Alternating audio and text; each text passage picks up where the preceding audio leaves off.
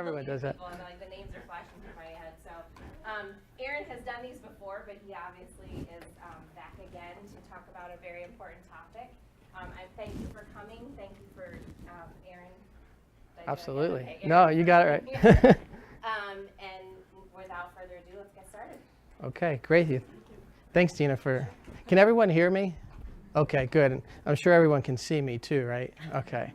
And so what I'll do is we have roughly an hour, so a little bit of heads up before we get started.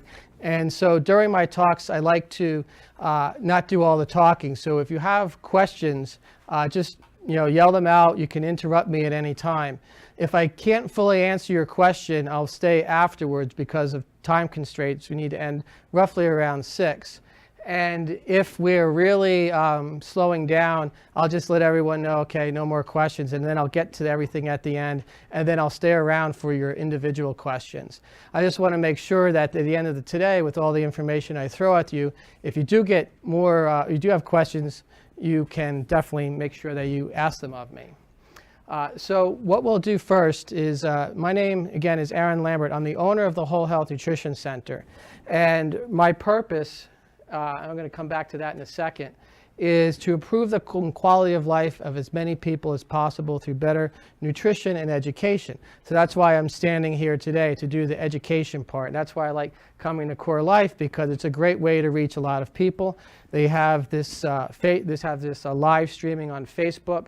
So if you know of anyone who is struggling with their health, and it doesn't have to be heart disease or diabetes, you can tell them, hey, you missed a talk, you missed a live stream, but go to the CoreLife Facebook page or the Whole Health Nutrition Center Facebook page and have them watch the video. It'll be there forever, and also be on my website too. I'm going to go ahead and just plug the Sustainable Health Expo. This stopped for a little while, but it's in November. It's at the VFW in Owego. It's from 12 to 5 p.m. A local chiropractor is putting it on. It's about the 3rd year in a row that he's done it consecutively. And there's going to be a lot of healthcare professionals and a lot of health-related information. So if you know of anybody or yourself interested, put this on your calendar for November 11th. It's a Saturday from 12 to 5.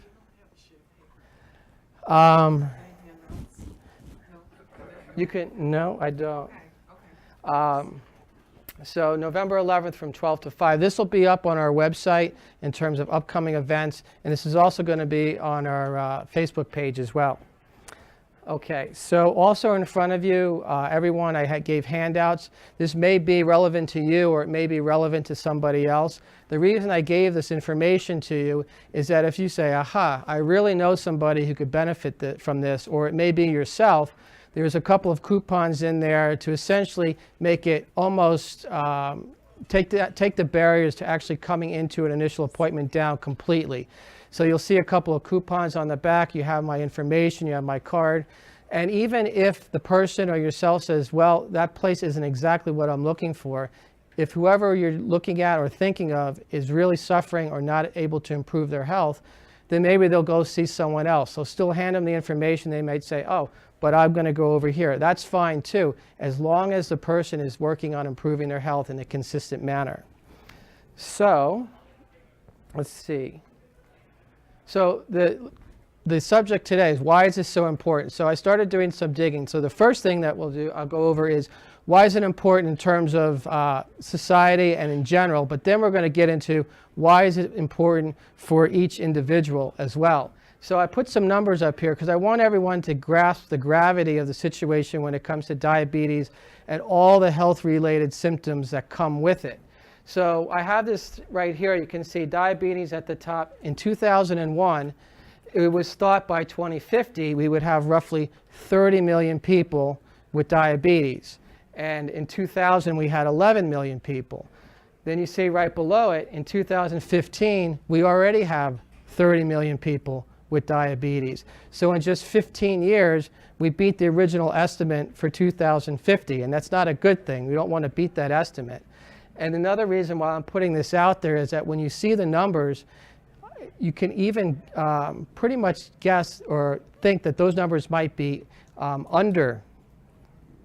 inflated rather than being overinflated. So The next slide here to give you an idea. So type 1, type 2 will increase by 54% by 2030 from 2015. The majority of that will be type 2 diabetes. And most of the talk will relate to how type 2 diabetes and the related symptoms occur, but a lot of this also is related to type 2 or type 1. The other thing that you see there is diabetes deaths will increase by 38% to 385,000.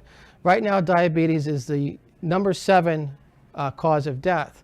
But it's also thought that it's underreported because diabetes leads to so many other health conditions like kidney failure and heart disease that it may be much more prevalent in terms of a primary cause for death.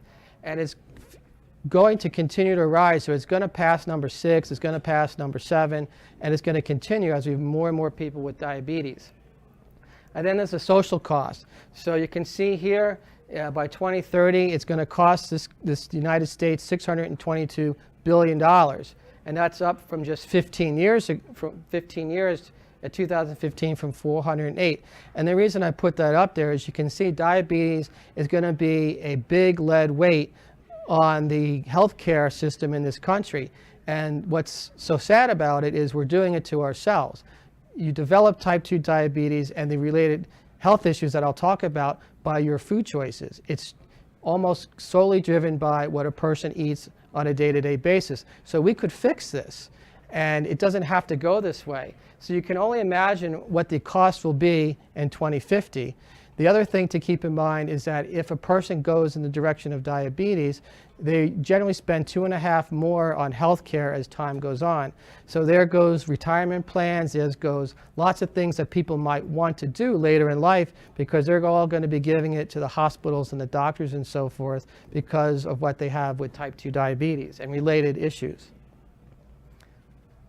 So again, by 2050, if you can really grasp this, right now about 1 in 10 people have diabetes or been diagnosed with diabetes. But by 2050, 1 in 3. So you can imagine if 1 in 3 people in this room will develop diabetes, that's quite a lot of us. And it was roughly 100 million people. So the initial estimate by 2050 was 30 million. It's now estimated that it will be 100 million people. Again, imagine the drag that this is going to put on our healthcare system, but also think of the drag it's going to put on individual families, that they have to deal with the health-related issues that come from having diabetes. It's going to take a lot of money out of the pockets of families and so forth, and really create havoc in households because of the issues that are associated with diabetes.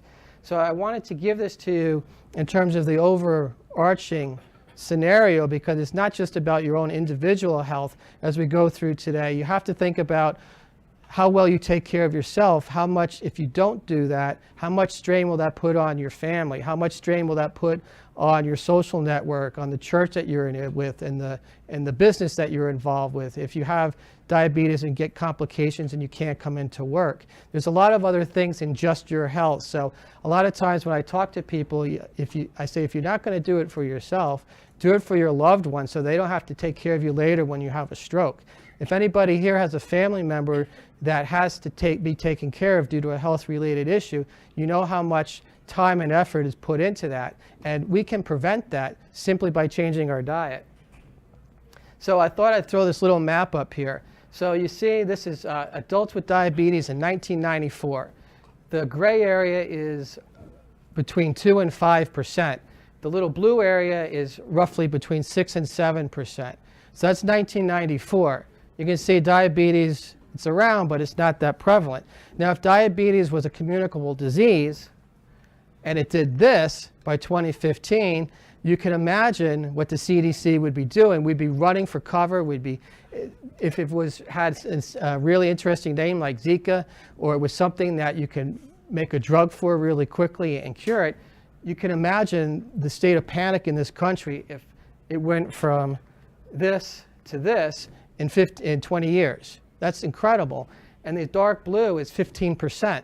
So we're not even to 2050. They're going to have to find a whole bunch of new colors in the next 20 years to have an actual map. So you can see how it's spreading at an exponential rate through the United States. Just as a quick geography quiz, does anyone know the only state that's not having an issue as of right now? Yeah, Colorado. Colorado is the only one that stayed gray. Very interesting. So if this was a communicable disease, everyone would be flying to get to Colorado, and they would be trying to keep us out because they wouldn't want us coming in there with that disease. But unfortunately with diabetes, it's very insidious. It can take 10, 20, 30 years. Same thing with heart disease, hypertension, to actually make itself known. So you have to be really watchful of your health and very watchful of the foods that you eat, because it takes decades sometimes for these issues to actually develop. So now diabetes does not happen in a vacuum. It's part of a much larger condition and a much larger issue.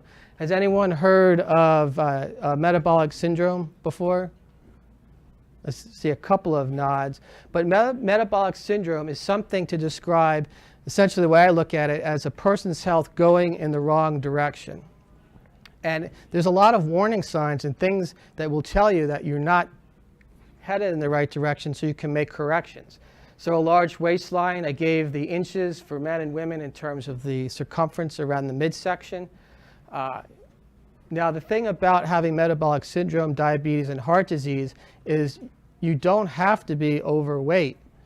You can be it's called skinny fat, meaning that you look skinny, but on the inside, and I'll show you what visceral fat looks like, you can be really loaded with inside visceral fat, which is extremely damaging to a person's health. But you notice that you can have metabolic syndrome and be relatively thin because you only need to have 3 of these 5 traits to be diagnosed with metabolic syndrome.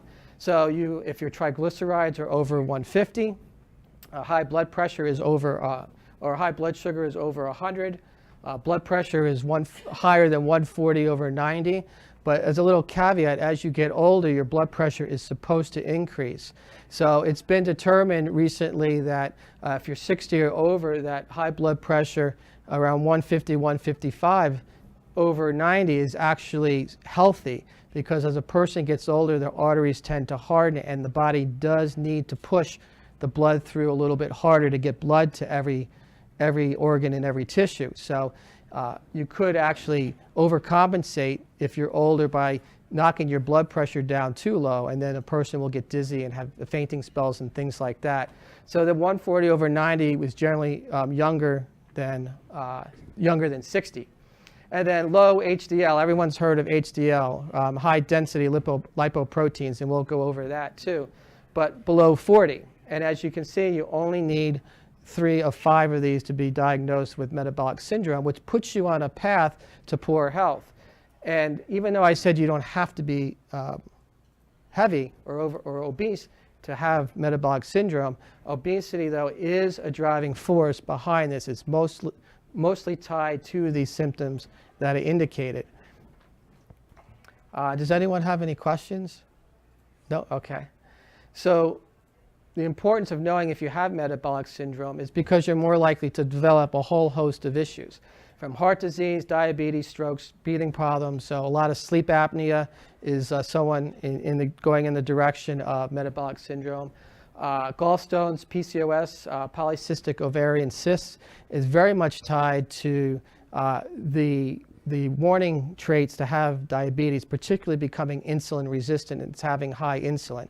And a lot of young women run around with PCOS and are misdiagnosed. So that's having a lot of cysts on the ovaries. That's the imbalance between testosterone and estrogen, so might develop a lot of facial hair and a lot of symptoms that are also very similar to diabetes. And has anyone ever heard of non-alcoholic fatty liver disease? I see some yeses and some nos. This is something that's becoming more and more prevalent, and non-alcoholic fatty liver disease is driven by the foods that you eat, and it's really driven by the amount of sugar and processed carbohydrates. So as a person goes into a state of metabolic syndrome, the body stores fat on the liver, and if the liver has fat on it, it doesn't function properly and can actually go in the direction just like a person was a heavy drinker. So you can develop cirrhosis of the liver by eating too much sugar. And it's something that's becoming more and more prevalent. And doctors can scan for this, and they can say, yes, you have a fatty liver, or no, your liver's in great shape. So if you're concerned, you can ask your doctor to do something like that. Go ahead. I'm Jerry. Isn't fatty liver reversible? Yes.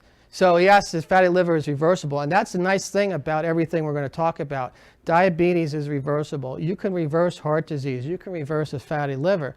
The thing is, you're going to have to really work at it, and the more you are in the hole, the more you have to work at it. But you can get your body to take the fat off by stop feeding it all the processed food and sugar. The body will say, well, I'm not getting an overload, so let's just take it from the areas that it's been stored on, and it will go away to one degree or another. And it will happen throughout the body. Another thing to do is insulin resistance is very much tied to metabolic syndrome and diabetes. So if there's any concern, you can go to your doctor and say, as you see at the bottom, you can get fasting insulin numbers. And he'll do that. So you fast, and he'll say, this is what your insulin numbers are. You can see that ideally they should be below 3. But if they're at 5, you're still doing okay.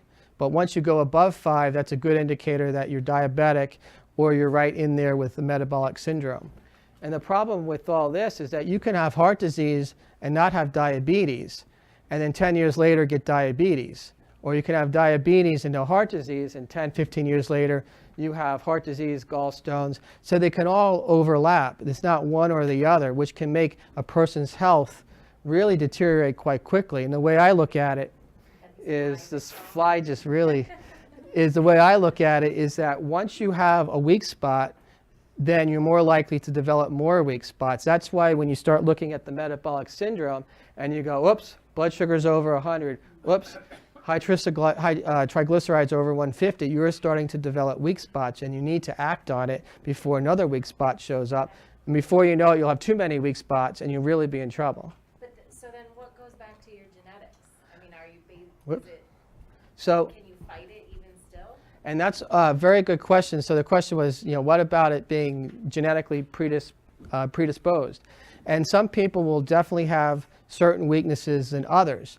One of the things that's a most definite result of eating habits is that you can turn on and off genes depending on your eating habits. And the worse you eat, the more likely you are to turn on bad genes. And the better you eat, you're more likely to keep the good genes on and the bad genes off.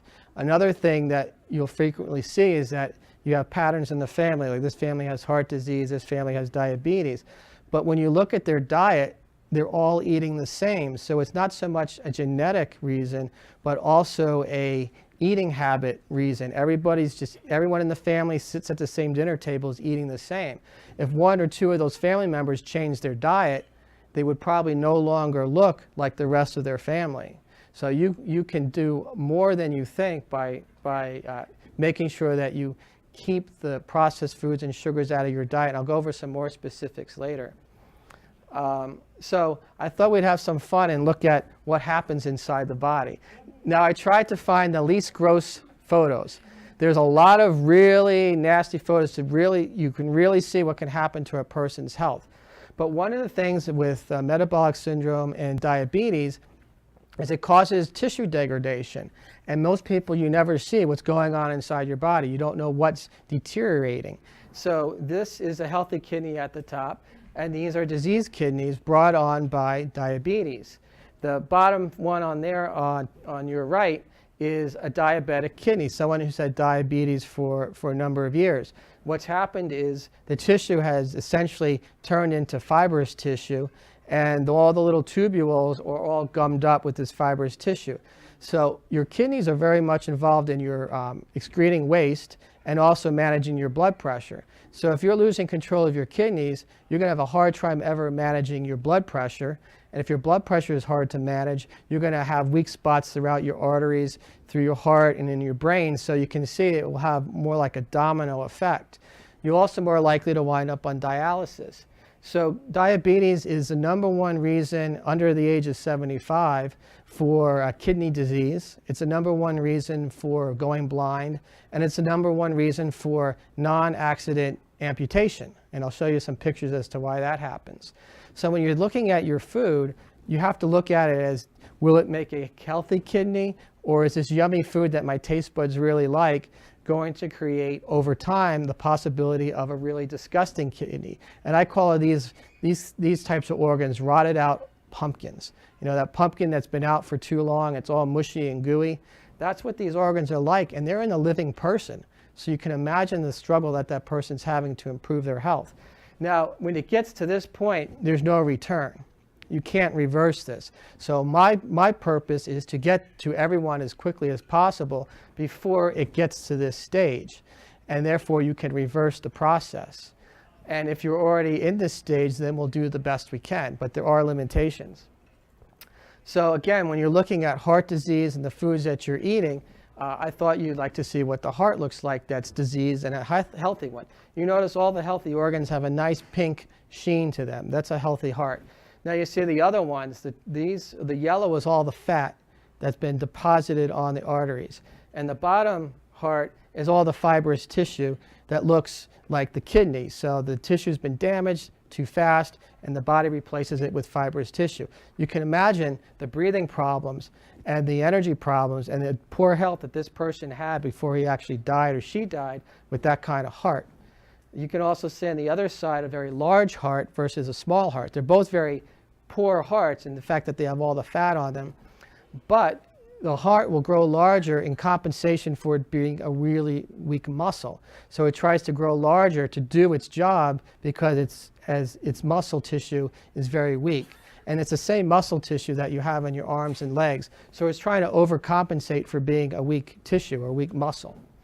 The yellow here and the other things we'll talk about, this is not anything to do with cholesterol and saturated fat.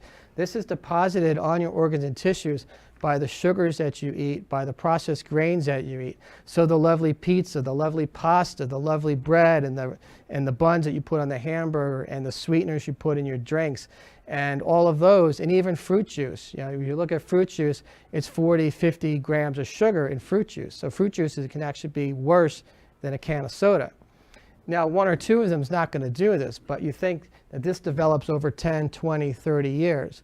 Now, at some point, if you notice you're having health issues or your blood work indicates that you have problems, you can begin to reverse this to one degree or another. But I always say, why wait till your blood work says you have a problem? Why not do something right away? This is what it looks like in terms of the arteries. Again, all that gunk in the middle, it's not due to cholesterol and saturated fat. I'll show you more about that. But you can also see all the yellow here. That's all fat that's glopping around the arteries due to what the person's eating. And of course, then you get a diseased artery down here. So to one extent, this one obviously isn't salvageable, but there's a chance the other one could be if the person worked really hard. And these can happen anywhere. This right here just happens to be from the heart. So I wanted to show you this because death due to heart disease, and we're talking diabetes, was almost unknown. It was still known, but it was very small compared to today, and so was heart disease. So my question always is, what changed? Did the human physiology suddenly change in 80 years to where the foods that we eat we can't handle? Or is it the foods changed over that time to where our body can't handle the foods anymore?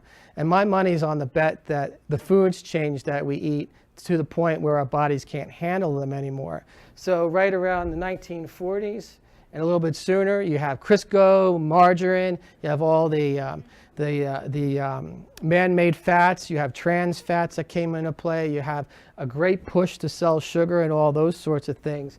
And you can see what it did to our health. And particularly women now die more from heart disease than men, and women were marketed towards very heavily for low fat, no fat, those kinds of things. And those also contained a lot of sugar to make up for the lack of taste. So helping women drive towards heart disease and diabetes. So I put this up here because when cholesterol is thought of as the big bugaboo, the one that's going to really get you, like this arrow here. And I'm putting this in here because when you want to change your diet, eating really good fat from both animal and plant sources is very necessary to get yourself out of these health conditions, whether it's just metabolic syndrome, heart disease, diabetes in general, type 1 or type 2.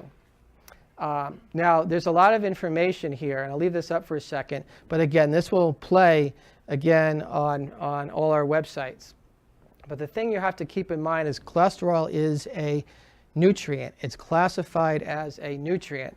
And back here, the US government finally said in a report that came out 2 years ago, and of course you didn't hear anything about it, I happened to capture it in a Newsweek article and then the information was gone, is that there is absolutely no scientific information that can prove beyond a shadow of doubt that cholesterol is an issue with all the research we've been doing since the 1950s.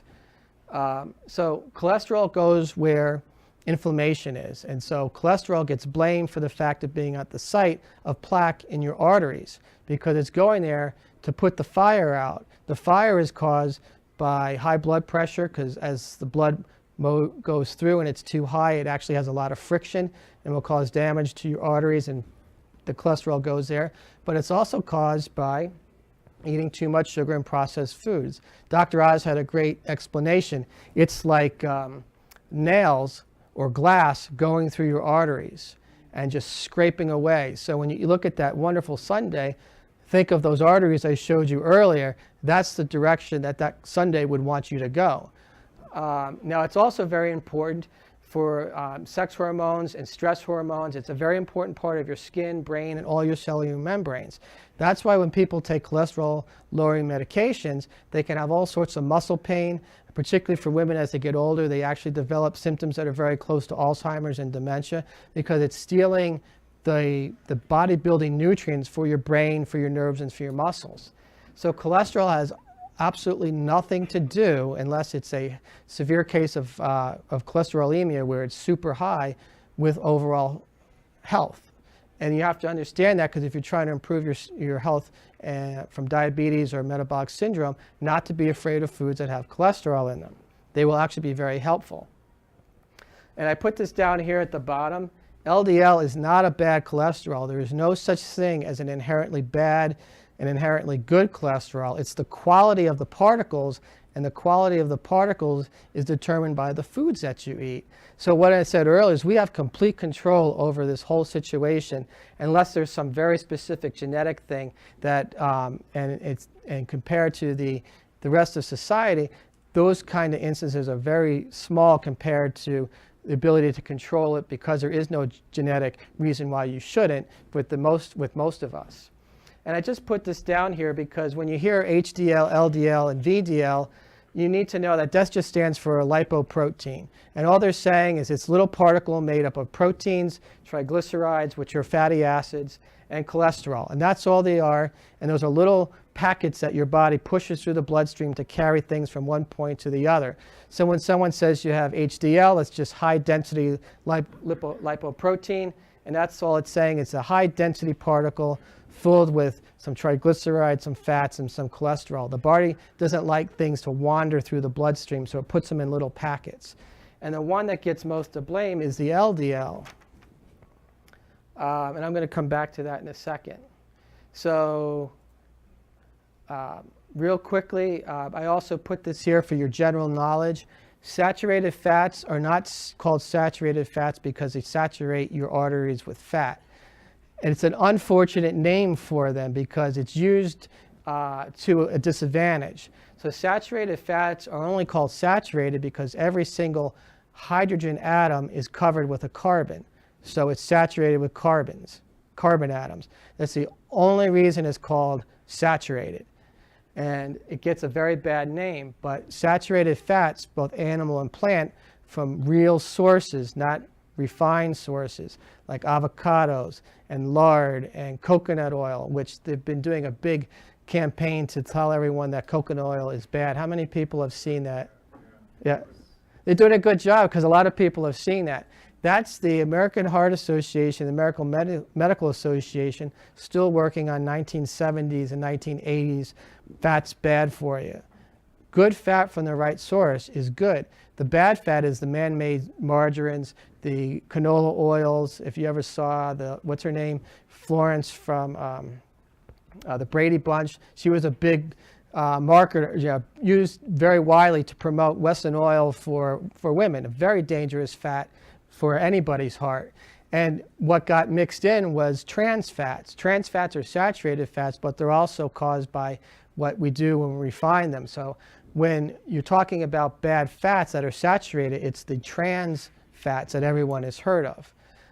And then you have monosaturated fats and polyunsaturated fats. And that's just saying that there's one less carbon on a monosaturated fat, and a polyunsaturated fat has 2 or more missing carbons. That's all that means. So when you see saturated fat, it's only because of the molecular structure. It has nothing to do with what it does with the heart. So what I thought too, when we're looking at your blood work, or when, go ahead. Weren't they just so recently saying that coconut oil was good for you? And then now They just took it back. and that's what you'll find is when one industry is noticing that there's information regarding its product.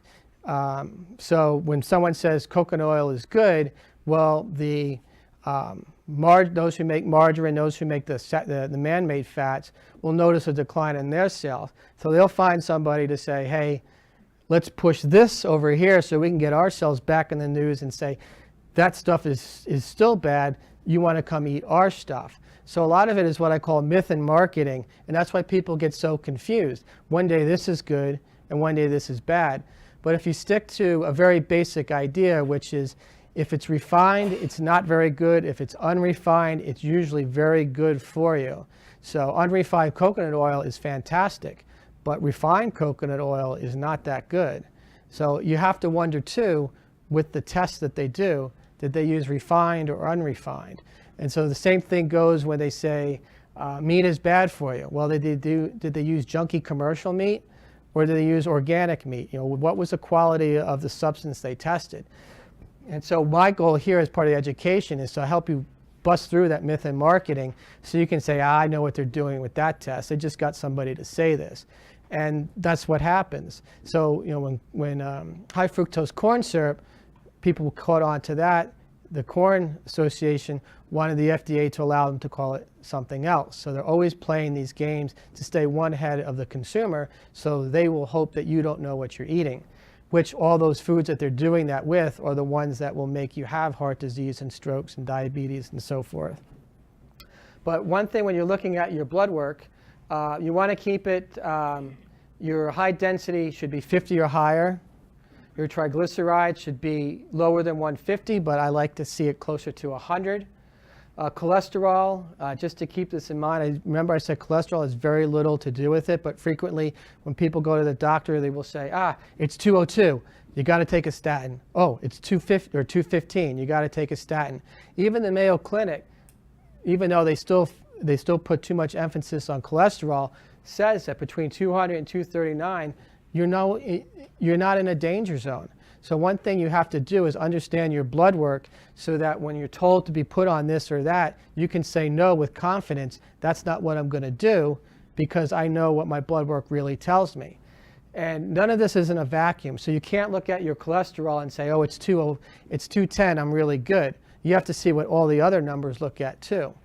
So your fasting blood sugar should be below 100. You should know that if your blood sugar is between 100 and 125 for 2 or more blood tests for fasting glucose, you're now pre-diabetic. And if it's over 125 for 2 or more tests, you're now diabetic.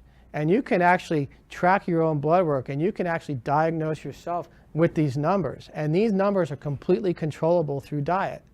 And what generally happens is if you eat real food, you'll see your HDL go up, your triglycerides will go down, and triglycerides and HDL are better predictors of heart disease than cholesterol ever was.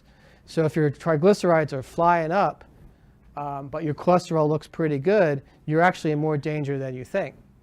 And then for those who have heard of A1C, this is a 3-month average of your blood sugar, and it should be below 5.7. And if you're not having any issues, you'll probably never see it on your blood work. But if you're deemed diabetic, your doctor will probably run an A1C test to see how much damage is being done to your, because A1C really says how many sugar molecules are sticking to your red blood cells. And you don't want that many sugar molecules sticking to your red blood cells. It makes it very hard for them to transfer the oxygen and to move through the body because they will stick together and clump.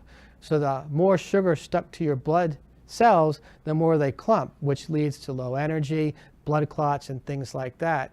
So high blood sugar, even when it gets close to, even if it's pre-diabetic and you say, oh, I'm still good, there are other things going on. So if you want to know how well you're doing, and you want to know the particle size of your LDL, and this is the most important thing, you take your triglycerides and you divide them by your HDL. So if your triglycerides are 50 and your HDL is 50 and your triglycerides are 200, you have a number of 4. Now the further away you get from a number of 2, the smaller, more compact, and more damaging your LDL particles are. So it's important to know the quality, not the quantity, and that's what you need to see when you look at your blood work. So someone may say, oh, you have a 220 cholesterol. Well, what's my triglycerides? What's my HDL? What are all these other numbers? So if they said 220 cholesterol, but then you say, well, my triglyceride, and frequently they won't point this out to you. You'll have to look at it. So the best thing to do is to bring your triglycerides down and your HDL up. And as I mentioned earlier, if you just knock off the processed foods and the sugars, it naturally will happen. And it's not that difficult, or I should say it's not that complicated in theory, but it is in practice, because a lot of people struggle with the what do I eat, what do I replace with, is this healthy, is this not healthy, the emotional aspect and things like that.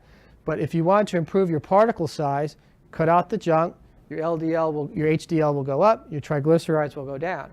And they will go from small to a large fluffy. So you want little cotton balls roaming around through your bloodstream instead of these little racket balls that dig into the epithelial tissue of your arteries and cause damage and inflammation. And then what happens? You develop a plaque, cholesterol goes there to put out the inflammation, and it gets blamed for the end result, but the cause was the eating habits and the damage done earlier from these little guys. So I'm going to skip through this real quick because I think we got the point. But the best book I've ever read is Good Calories, Bad Calories by Gary Taubes. It's not an easy read, but it's got I don't know how he did it. He's got all the research, all the papers, all the doctors, all the researchers in this book, and it's probably 1/5 footnotes.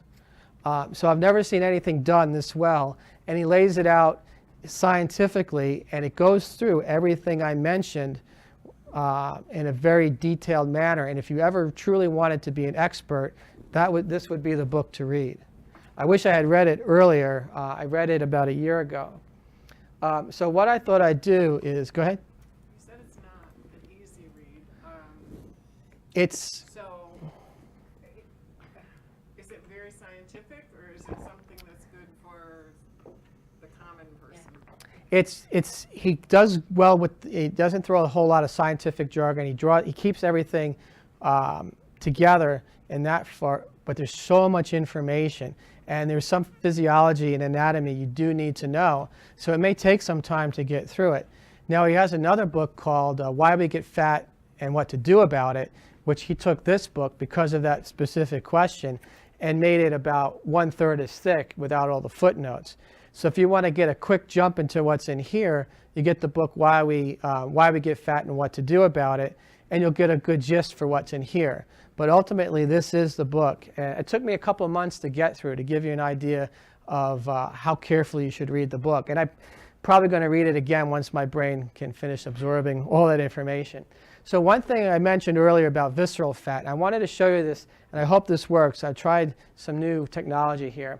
So I wanted you to see what happens in here about what happens with visceral fat, which is actually increases the more you have those issues like I talked about, like high blood pressure, high blood sugar, triglycerides, and eating processed foods and processed foods and processed sugar. Leads to a healthier, longer life. So when we measure around our waist, we're really measuring this gelatin fat. You see how closely packed together the organs are here? You need that amount of fat. That's healthy. But over here, this is unfortunately what a lot of us are dealing with. All that excess fat surrounding your organs. Your organs are separated by basically this toxic goop. I call it an alien invader. And I want to talk to everyone a little bit about what's happening inside your abdomen and why having a lean belly is such a key to good health. So you're walking around with too much abdominal fat. This fat you're looking at is visceral fat. It doesn't just sit there. It truly is toxic goop encircling all of your organs. It's increasing inflammation. It actually secretes chemicals that increase inflammation throughout your body. But it also affects your cardiovascular system. It increases, over time, your blood pressure, amongst other things. And as all these parameters are changing, your abdomen, that visceral belly fat, is doing other things. It's increasing production of something called interleukin-6. This chemical further increases inflammation throughout your body.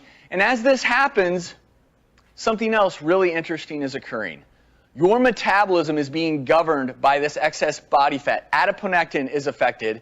And what does it do when you don't have enough of it? It tells you to store more belly fat. So it's a vicious cycle to poor health. Your liver is overwhelmed with cholesterol. Well, what is... So that's something, has anyone heard that before about visceral fat? It's the fat that's inside the body. It's not in the layers of the skin. And hopefully this will, there we go. And here's a side diagram. It's inside the body, and this is what it looks like. That's a actual picture. There's a drawing, but you can see what it does. It pushes up against the organs and tissues. It creates inflammation. So anybody who has arthritic conditions, anyone who has any kind of itis, whether it's colitis or gastritis or arthritis, has problems with asthma, anything that's inflammatory, this makes it much, much worse. It's like the sun continuing to put off energy, but in this case, you've got your own internal combustion putting off inflammation. Now, you don't have to be super thin. But you do have to try to be as thin as you can be, because there are many different body types. So I'm not giving the impression that you have to be thin, but you have to be as thin as your body will allow you to. And also, the more that you eat the real foods, the less the body will deposit it in the midsection, and the more it will take away from it. So the more visceral fat you have, the more likely you have to chronic low-grade inflammation, and visceral fat is a key predictor of heart disease. So the more visceral fat, the more likely you are to have cardiovascular disease and heart disease. And this is all managed by diet. You can manage that by the foods that you choose to eat and the foods that you choose not to eat. This is a fatty liver at the top. I talked about that earlier. I just wanted you to see what a picture of that looks like. Healthy liver. And if things keep going in the wrong direction, that's a cirrhotic liver there. And you can get that without being an alcoholic. You can get that with too much sugar. Now, it doesn't always have to go in that direction, but it can. Most people will develop a fatty liver, and the more you fall into that metabolic syndrome, and the more of those 5 I indicated, the more likely you are to have a fatty liver. This is a pancreas, and these are 2 different pancreas that have been overworked, and essentially just like the heart I showed you and the kidney, you can slowly damage your pancreas to the point where it no longer functions properly. And a lot of that is due to, again, the foods that we eat and chronic low-grade inflammation, as I mentioned earlier. And what happens is the body, the pancreas begins to break down faster than it recovers. You get a lot of fibrous tissue, and then the pancreas stops working properly. And imagine what happens at that point. You're stuck. You're going to be diabetic. You're going to have all sorts of digestive issues. You're probably going to get pancreatitis. And if anyone's had pancreatitis, it's one of the worst things you can ever experience. Probably worse than if anyone's had gallstones, a severe gallbladder or kidney stone attack. It's worse than that. Just to see, this is what can happen to a person's skin. And these are actually the best pictures I could find. That's why some people look away. But what happens is you lose the ability to get nutrition and blood to various parts of the body, and you actually develop necrotic skin and ulcers throughout the body. So if this is happening on the outside, imagine what can happen on the inside. Also here, it's a little hard to tell, but this is a normal eye. And then as you eat more and more processed food and sugar and additives and preservatives, you actually cause abnormal blood vessel growth. You can have microaneurysms, little hemorrhages. Your nerves begin to get bumps on them, is I guess the best way to explain it. And over time, you can see the final result of the eye down at the bottom. You get essentially what you call a very cloudy eye. And this is a direction that you don't have to have diabetes, but even just having metabolic syndrome for many, many years the eye will take. And the eye and the kidney are the two most susceptible to high blood sugar and just the sugar that you eat. And the body is only supposed to have 2 or 3 teaspoons at a time in the bloodstream. So if you eat something that has 40 grams of sugar, you have 10 times more than your body ever wants. And that over the years has lots of damage. So when you look at your foods, don't look at it in terms of grams. When you look at what you're eating, think of it in terms of teaspoons. And so a teaspoon is 4 grams. So when you look at something and you see the ingredients and it says 20 grams, it doesn't register really as much as 5 teaspoons. So who here would just sit down and go, yummy? There might be someone, that used to be me, ooh, I'll eat 5 teaspoons of sugar at once. But it really lets you know how much you're doing, and would you really want to sit there and put that much into your body at that point in time? What if you feel like you're addicted to sugar like I am, and is it better to go cold turkey? Very good question, and I'll actually jump into this. I was going to save that for later, but when you have trouble, when you're trying to change your diet, you want to do it very, very slowly, particularly if you're addicted to sugar, which was my case. I was a person, I used to work for Coca-Cola, to give you an idea of the direction I'm trying to go. So I would have a Coke for this and a candy bar for that, and I couldn't stop eating sugar. The only way that has been effective for me and for many of my clients is you do it maybe, let's say you're eating 30 servings a week. The next week you do 28. The next week you do 26. And maybe you can go a little bit faster and go to 22. And it might take 4 months, 5 months to get to the last little bit. But that whole time you're beginning to wean yourself off the sugar, and you're also learning what to put in place of it. Because if you go cold turkey and too fast, you're left with a vacuum. But it's not like being an alcoholic where if I get down to 1 sugar treat a week, are you supposed to cut out everything that's processed? It depends on the person.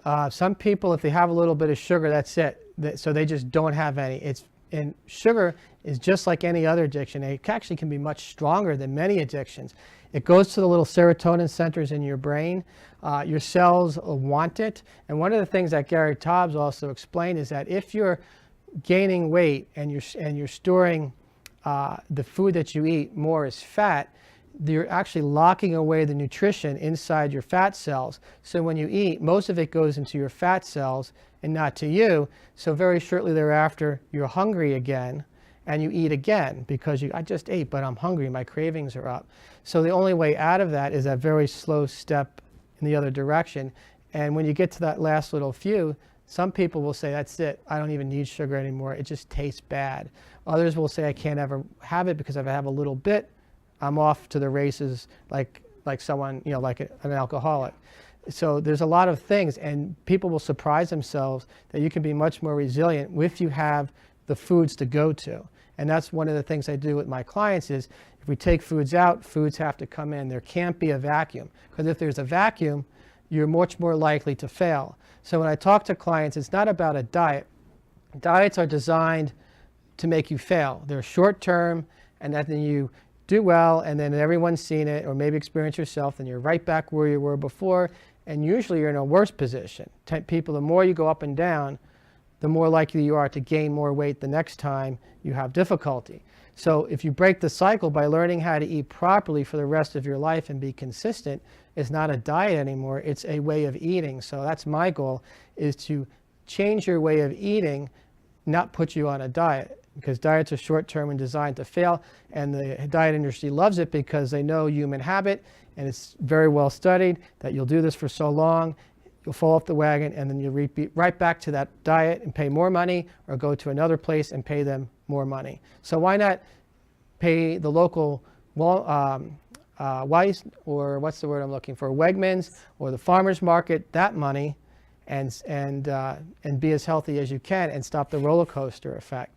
But it does take a lot of effort. And I've just put a lot of excuses, and maybe this will be you, maybe it won't. One of the things I hear about is too difficult. Number 9, I like my sugar. It's too much to give up. Another one is it's too expensive, and the answer to that is that's a baloney. It's not too expensive. You don't have to go all organic. You can just get the junk out and put that money that was going to all that junk food. If you look at it, that food is high priced for what you get. Take that money and put it to the good food, and you'll probably come out even with the money that you're spending. So too expensive is not a valid excuse. And you'll see all the ones here. This is the one where you just give up. I'll learn to live with it. The other one is I'll do it later, which means I'll never do it. So you can put where you're playing games with yourself. And I put this here because if you're playing games with yourself, your eating philosophy is not matching your physiology, and you're in trouble, or you know that you have a family history of being in trouble with your health, then all you're doing is maintaining a philosophy that does not match your physiology, which means things will only get worse. I'm sorry. Go ahead. Before I forget, get on it, I heard recently, before they believed that the sugar from fruits were just as bad, and I heard recently on the news that that's not true. Well, it's true and not true, and I'll explain why. It's true and not true in the sense that fruit comes with all sorts of good vitamins and minerals and so forth. So the thing I tell most clients is eat your fruit, don't drink your fruit. Now, if you drink your fruit, you're creating a very dangerous situation because there's so much sugar in fruit. Who's going to sit and eat 12 oranges? Well, you'll do that if you drink the orange juice. And again, there's more sugar in that. And the problem is it's fructose. Fructose is actually metabolized by your liver. So if you do too much fruit juice, you actually will speed up getting a fatty liver. So it can actually be worse than regular sugar. Now, also too, many people have used up what I call your sugar quota.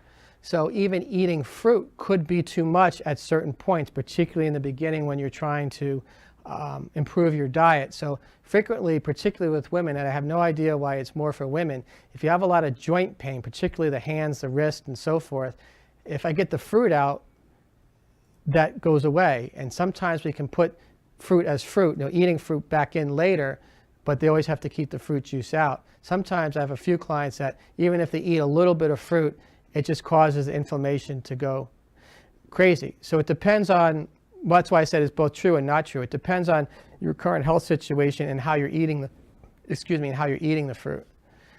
So did I answer your question? I like sugar, but it's hard to replace it with fruit. And I was glad to hear that you recently said that the sugar you get from fruit is not bad. And what I do is I freeze it. I freeze grapes and I'll freeze watermelon, and it'll be like, just to me, like a much different dessert. And that could actually be, if you have, like I say, no warning signs, your blood sugar is not too high, your triglycerides are in good shape, you could actually be doing the best thing for yourself. You're feeding that sugar addiction with real fruit, getting a lot of minerals and vitamins and not getting all the empty calories and inflammation. So if your health is generally in good shape and that's how you're doing it, you might actually be in great shape. Now, for someone who's diabetic, that might not work, or someone who has a lot of internal inflammation, that might not work. So it all depends on where you're at, but it sounds like you're doing the right thing for yourself. And it's also a matter of degrees.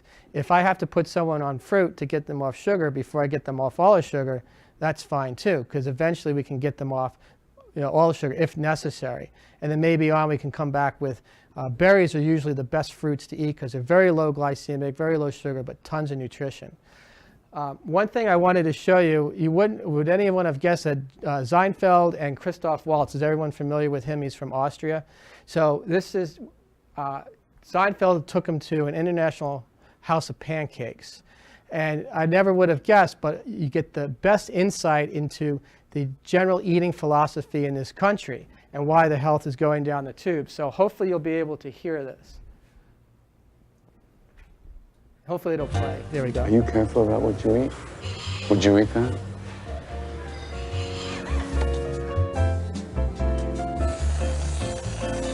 No wonder that healthcare is so expensive.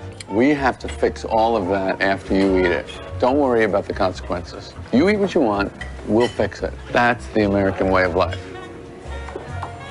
I don't know why you're living here.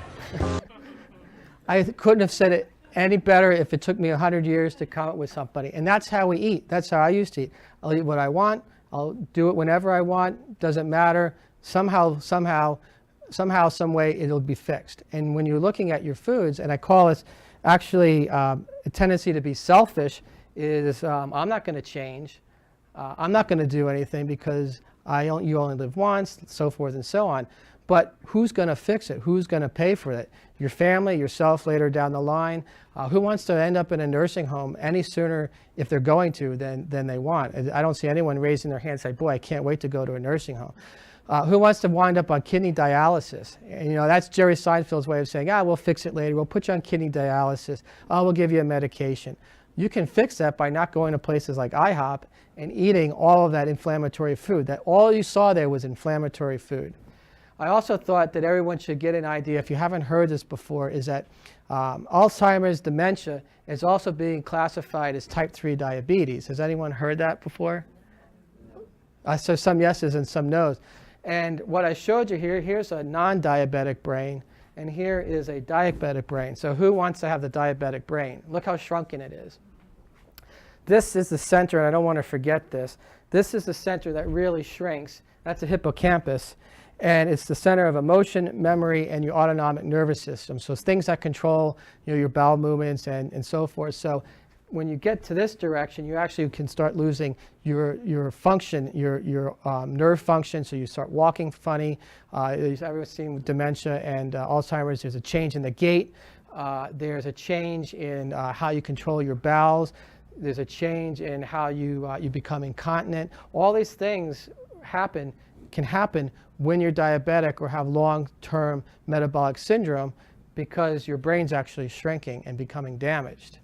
And not only that, but you have the same effect that happens in your arteries that you saw happening in the brain tissue to the arteries there. And so this is something, and this has been known for years. It's just, I don't know why it's not more well publicized. But you see here that in this paper from Journal of Diabetes, so forth and so on, we conclude that type 3 diabetes accurately reflects the fact that Alzheimer's disease represents a form of diabetes that selectively involves the brain and has molecular and biochemical features that overlap with both type 1 and type 2. So what that means is if you have type 2 diabetes, you're not necessarily have Alzheimer's or the type 3 diabetes. If you have type 3 diabetes, meaning Alzheimer's or something akin to that, it doesn't mean you're going to have type 2 diabetes. But all the warning signs are there earlier when you look at the metabolic syndrome list.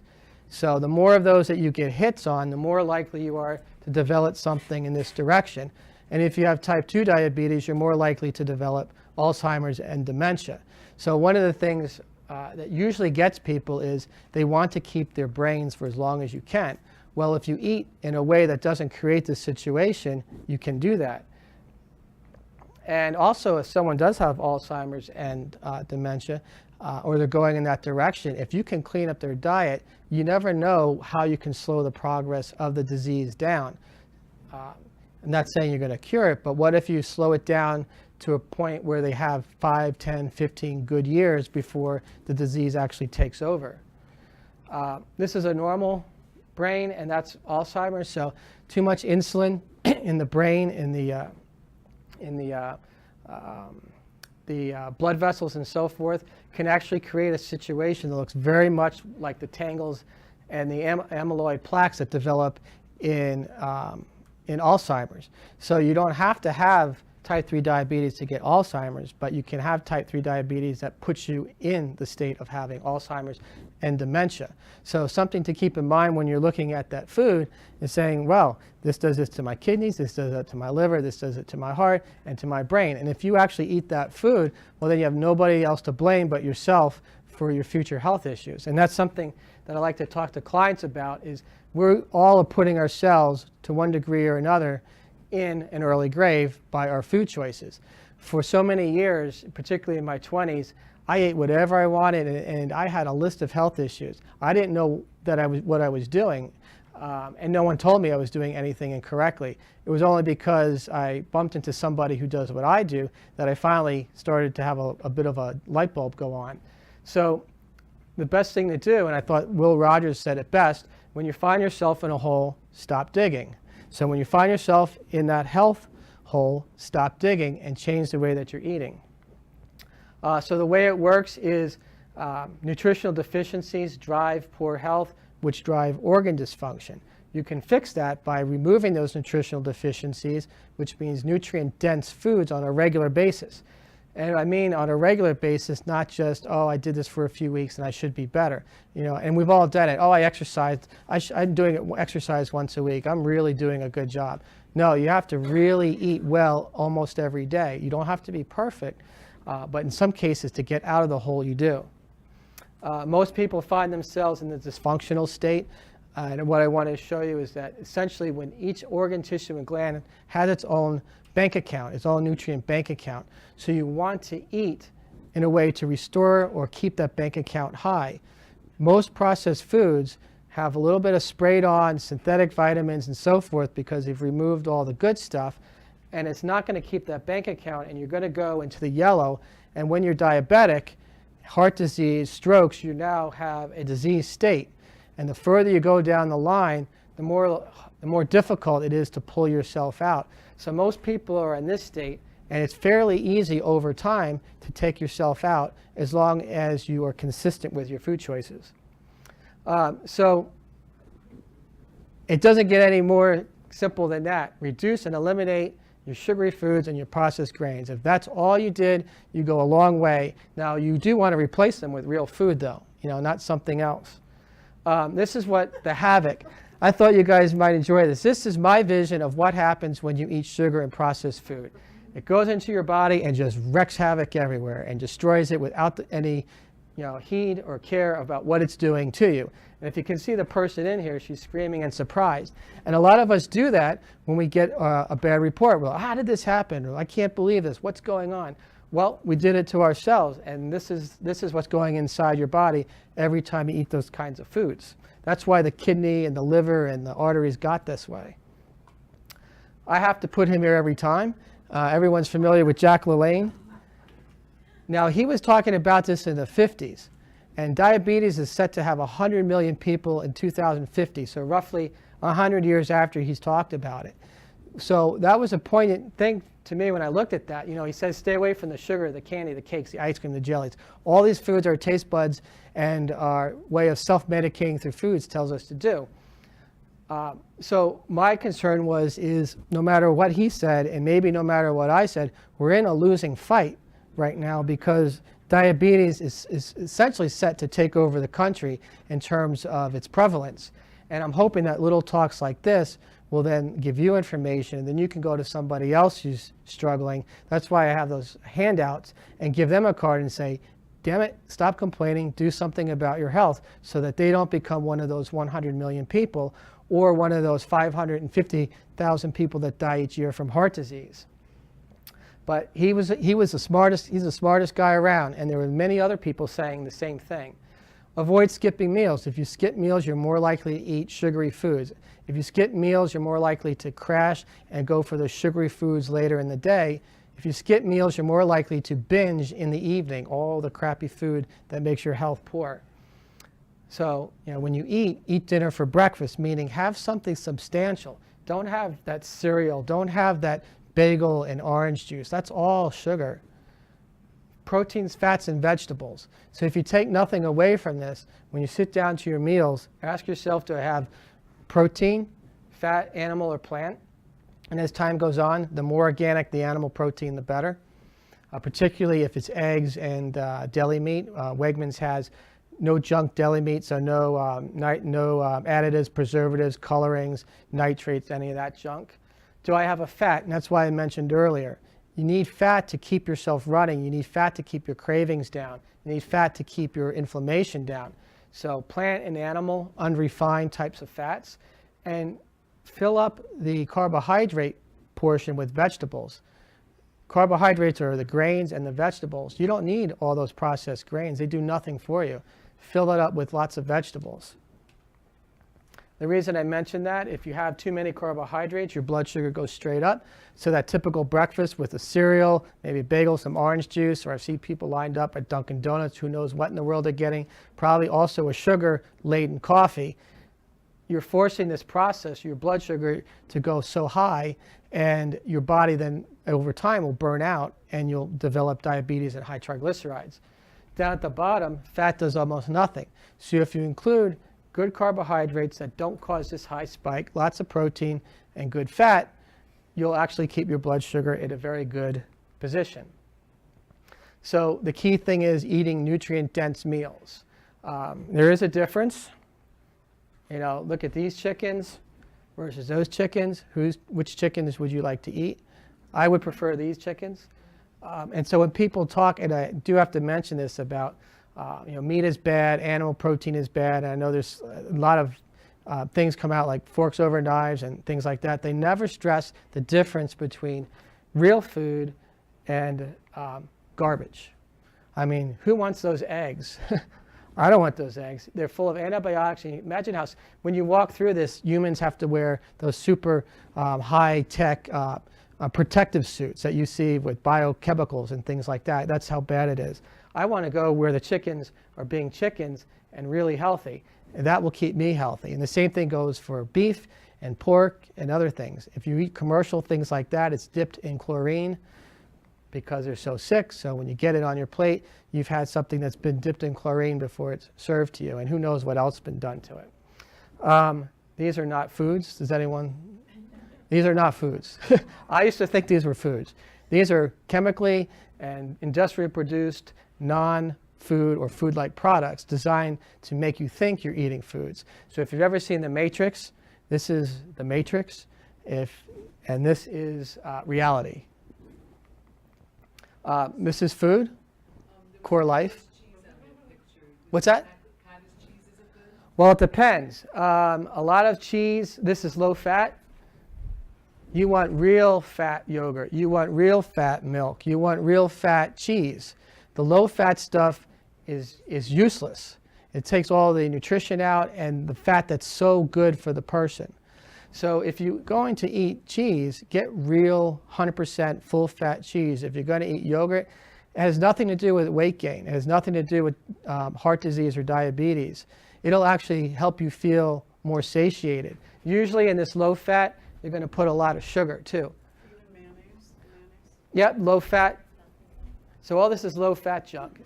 94%, you know, this is all low fat. Better to go full fat. Full fat. And that's the thing that we've been hearing for so long is fat's bad, fat's bad. And it's almost like, you know, tearing away from reality to go back and eat the fat. But when I show you that thing for heart disease, that's when people were eating eggs. They were eating full cream, they were eating full cheese, they were eating all that stuff that's now, or has been told to us as being bad. Yeah, but essentially you're just saying low fat is not good for you, and yes, we should eat the fats, but it's in moderation. Like it's not eating it. You really don't have to worry about it, to tell you the truth. But at every meal, you The fat. have mayonnaise. Oh, no, no. That's what I'm saying. No, you don't have to have mayonnaise, but you don't have to be afraid of having fat with each meal. Right. And you can mix and match them. What would you say is a good milk to have? 1%, 2%? Full fat. Full fat? Yeah, but one caveat to that with the dairy is that if you have asthma, allergies, you have constipation issues, you have skin issues, you have sinus issues, you want to cut out the dairy. You want it to go away because that is part of the problem. And if you remove it, you will see those issues clear up in most cases quite quickly. It might not be the only thing, but if you have those inflammatory issues, pasteurized dairy is not a good thing. But if you're going to eat the pasteurized dairy and you don't have those issues that I mentioned, you want to go for the full fat, because the full fat is what your body uses to actually help you absorb nutrition and nutrients into your body. So if you have a very lean milk, it's basically sugar water, because all that is left is lactose. Weird how they It's went back and forth. it's topsy-turvy, yeah. I couldn't drink whole milk at this point. Mhm. I've given up milk. I don't even drink milk at all. And that's the other thing.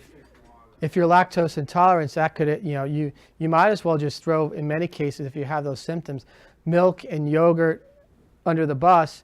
Most people with those issues can still do, you know, good butter and cheese because it has a lot less lactose and casein. But good, you want full cheese. And now you can get the best cheese is raw cheese, and that's at Wegmans and our local food stores around here. It hasn't been pasteurized, so it has not been ruined through the high heat process. It still has to meet all the FDA health requirements. It's just an unaltered food. Pasteurization was brought about because of poor sanitation.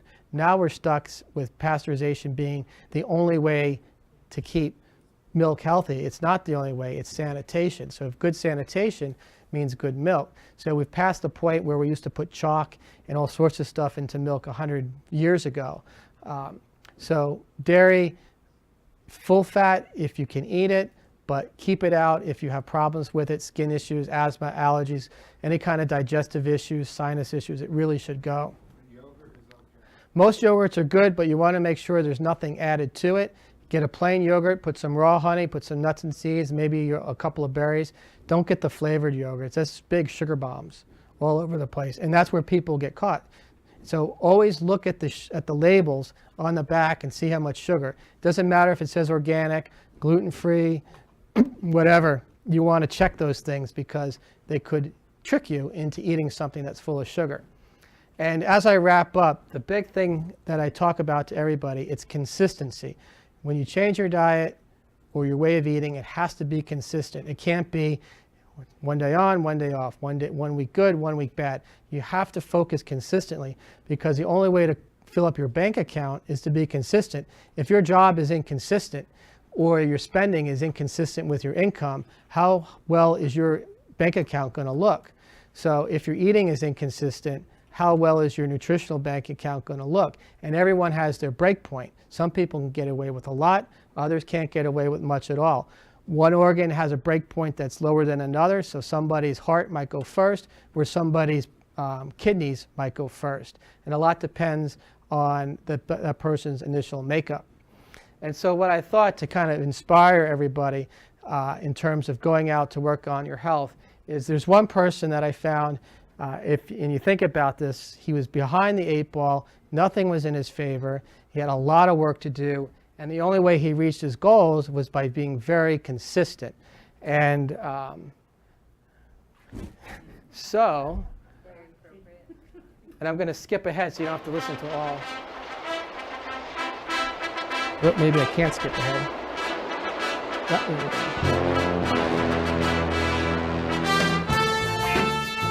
Whoops, that ruins the.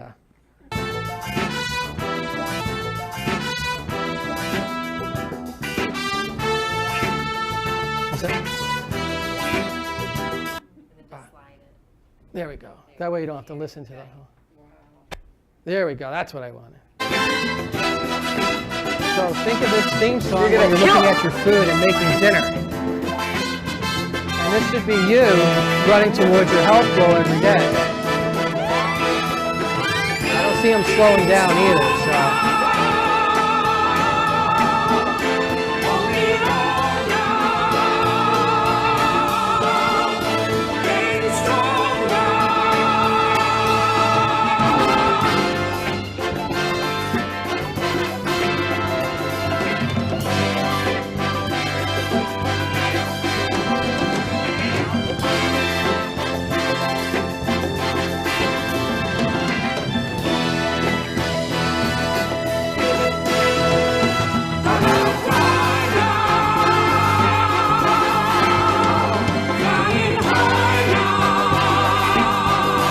So essentially, he was behind the 8 ball. He did what he needed to do. So I mentioned that and put this up there because if you're struggling with your health or you know someone who's struggling with their health, you can put yourself in complete control and improve your health to a great degree. Maybe not perfect, but get yourself out of that hole. So it is never too late to work on your health. Absolutely never. I'm working with someone who's in her 90s. It's never too late. I have several clients in their 80s and upper 70s. It's never too late. And if you know of someone who needs some help, you can direct them towards me. But if not towards me, you direct them towards somebody and have them do something about their health. And if they're not in this area, there's got to be someone who lives nearby who will be willing to spend the time to help them. So hopefully everybody enjoyed the talk, learned a little bit, this will be, I don't think we'll be, yeah, you'll be able to watch all the videos again too on Facebook. And we'll also put it up on our website. I'm not sure how soon we'll be able to do that, but at least it will be up on the CoreLife for the first week or so before we get it onto our stuff. Tell somebody in another state to watch it and let them go and do something about their health. But ultimately, you have to make the decision that it's your responsibility. And once you do that, everything improves from there. So again, thank you very much, and you all have a great evening.